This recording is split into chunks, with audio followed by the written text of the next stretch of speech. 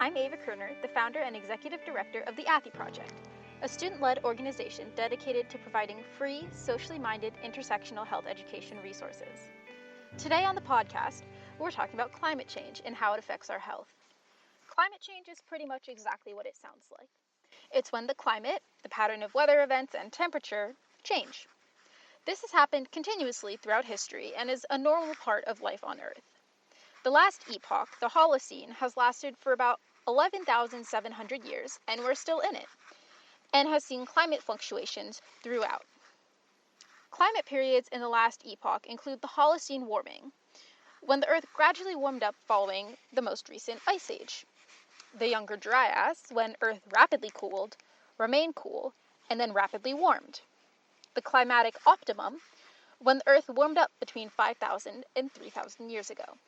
This period saw the rise of the great ancient civilizations, especially in Mesopotamia and Egypt, as the rising temperature led to sea ice melt, which led to rising sea level, and more importantly, rising river level, as these civilizations were based around the Nile and the Tigris and Euphrates rivers. This led to increased fertility and viability of farming, spurring the agricultural revolution and paving the path for modernity. I don't know how to say that word. The next 2,000-ish years see slight cycles of warming and cooling, but nothing dramatic, except for when the Nile froze in 829 AD. That was crazy. The next event in our series is the Little Optimum, between 1100 and 1300 AD, when temperatures were warming, allowing Vikings to set up a farming colony on Greenland. Between 1300 and 1550, there was a period of cooling and extreme weather, causing many civilizations in the southwest, what is now U.S., to abandon their settlements. You may be familiar with the, quote, Little Ice Age, or period of cooling between 1550 and 1800. This period had the coldest temperatures since the beginning of the Holocene, and led to crop failure and famine. Currently, we are in the most rapid period of warming we have seen. Before, climate changes were small, wavering only around 4 degrees, that's 2 degrees up, 2 degrees down, centigrade. Over the last 100 years, Earth has heated 1 degree centigrade and is steadily rising. And that might not seem like much, but it is much faster than we've ever seen before. The warmest 13 years have all happened in the last 15 years, which basically just means that every year is getting warmer. This rapid increase in global temperature can be attributed to human industrial behavior, specifically the burning of fossil fuels. Fossil fuels like coal, oil, and natural gas are products of the fossils of small organisms and other organic material like plants decomposing and compressing. They're all really combustible, meaning all you have to do to get the energy out of them is to burn them, which they do quite easily. Coal is a hard, black or brown, rock-like substance made from 50 to 70% carbonaceous material. There are 4 ranks of coal, with higher ones having a higher carbon concentration than lower ones. Coal is found in areas where bogs and marshes and other wet, planty things were prehistorically, because there were lots of small organisms and animals living in them and have the right pressure to create coal. Coal is extracted through surface mining when the deposit is around 200 feet or less underground, and extracted through underground mining when it is more than 200 feet underground. An ailment kind of common, about 6% of coal miners get it, is black lung, where coal particles are inhaled and get embedded in the lung tissue. The immune system sees the coal particles as similar to like a bacteria, some kind of invader, and so through inflammation, they try and get it out. And this inflammation can cause lung tissue damage. And this killed a lot of miners in the early industrial period between the late 1800s and early 1900s. The next type of fossil fuel, oil, is a thick, dark-colored fluid. It's formed when fossils of small marine animals are pressurized and heated under layers of sand. Crude oil is refined into many different materials, including gasoline, jet fuel, wax, and asphalt. Another common byproduct of oil refinement is petroleum jelly, which you can probably find in your medicine cabinet as Vaseline. And all crude oil is found underwater or where oceans used to be, which is why there's a lot of it in the Middle East. Natural gases, the last kind of fossil fuel we'll talk about, are light-colored liquids like propane, butane, and ethane. They're found between layers of rocks in oil deposits or in tiny holes in the rocks. They're used to fill lighters, like one you might have in your kitchen, make electricity, and to make plastics. To extract natural gas, fracking is done. Fracking is the process of drilling really, really deep, pumping a mixture of chemicals, sand, and water into a natural gas deposit to release the gas by fracturing the rock it's deposited in. This process can cause tremors in the earth, like little earthquakes, and uses a lot of water, so it's not very good for the planet. The energy we get from fossil fuels comes from using heat energy to break chemical bonds between the atoms in the material. We use this energy for electricity, to power cars, and for so many other everyday things. When fossil fuels are burned, elements like carbon, hydrogen, and sulfur, and nitrogen are released. These elements bind to each other to form gases like carbon monoxide, carbon dioxide, sulfur dioxide, and nitrogen oxides of various forms. These gases trap heat in the atmosphere, causing the greenhouse effect. Other compounding factors of climate change include deforestation and ice melt.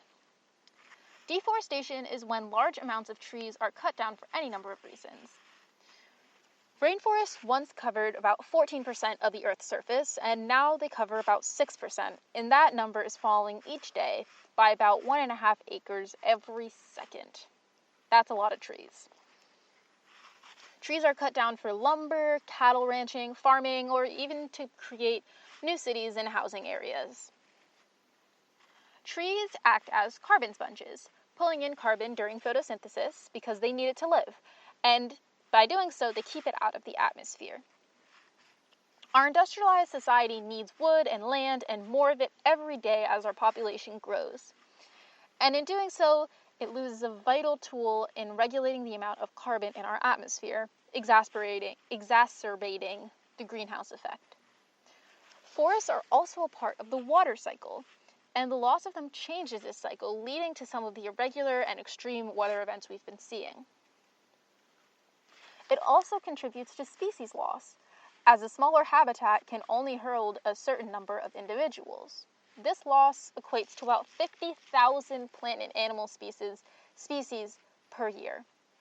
Millions of people rely on rainforests for food, water, and other resources, which are depleted and polluted by deforestation. It's common to hear, the glaciers are melting, when talking about climate change.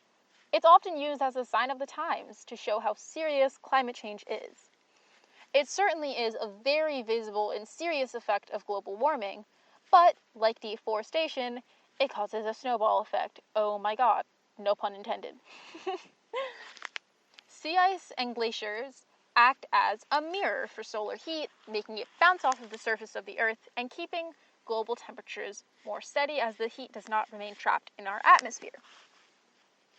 As the ice melts, it turns into regular old water, and it doesn't have the same reflective ability as ice, and the heat stays in the atmosphere. Glaciers are also formed on land, so their melting contributes to sea level rise. Whereas sea ice, I've seen it described as like an ice cube in some water, so the ice melting won't really change the level of the water. For about 200 years, beginning in the Industrial Revolution, that's the mid-1800s-ish, governments around the world have provided tax breaks for fossil fuel companies, as it's an incredibly profitable industry in our growingly energy-dependent world.